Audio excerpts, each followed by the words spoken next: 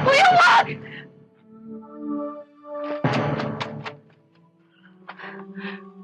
Helen! Umalis ka dyan! Hindi ako aalis. Umalis ka dyan! Kung papatayin mo siya, patayin mo na rin ako. Pero hindi ako aalis dito.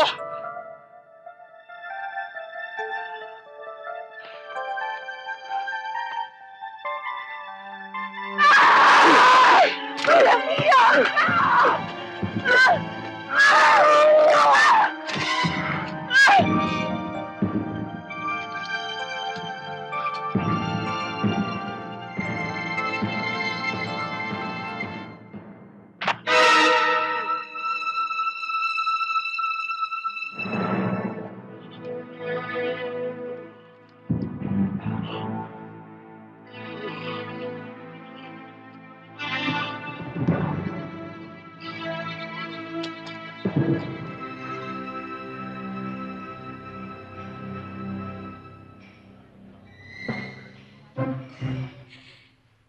Akala ko bagong estudyanteng nakita ko. Ikaw pala.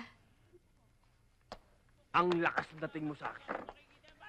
Yung dalawang katauhan mo na yan. Gusto ko yan. Parang ang gusto ko na ngayon mag-aral dito. Nararamdaman ko pa rin yung binanat mo sa akin. Namamaga pa nga yata, eh, oh. Ang dinig ko merong bumabastos sa'yo. Parang ganun ang dating.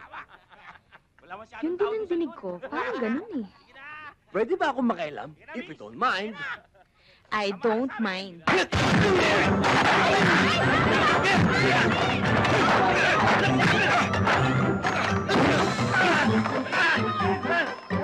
Pinag-aaral kayo ng mga magulang ninyo. Ha?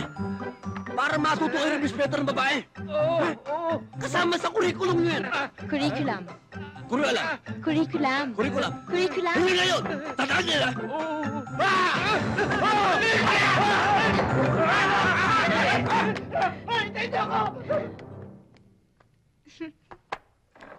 Pasensya ka na. Alam mo, bilib ako sa'yo. Sanay na sanay ka sa bugbugan. Tinuruan ko na ng leksyon. Galit ako sa mga lalaki hindi nag-irespeto sa babae. Siya nga pala, ba't ka napadaan dito? May susundin ka ba? Nagbabaka sakali lang, pwede ba kitang ihatid? Akala ko, hindi mo ako tatanungin. Inis ako sa customer mo kanina, Varga. Akala mo, gwapo-gwapo, ang yabang-yabang. Mukha na magpawikan. Pagkatapos ng ulo, balikat. Pagkatapos ng balikan, balakang. Pagkatapos ng balakang, talampakan. Halos ganyan lang, oh. Oh, Arlene, madaling araw na. Bakit gising ka pa? Ate, naramdaman ko kasing dumating ka eh. Gusto ko lang malaman mo bago ka matulog na mamaya na yung final rehearsal ng graduation ceremonies namin. Baka hindi na tayo magkita pag alis ko eh. Gising pa kayong lahat?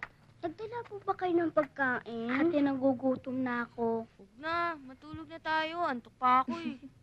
Ate, magpaluto na lang tayo kay Yaya ng pagkain. Danlong kanisa tsaka sinangag. Nakakagutom na eh. Tara, kakain tayo, magpapaluto tayo kay Yaya. Yes!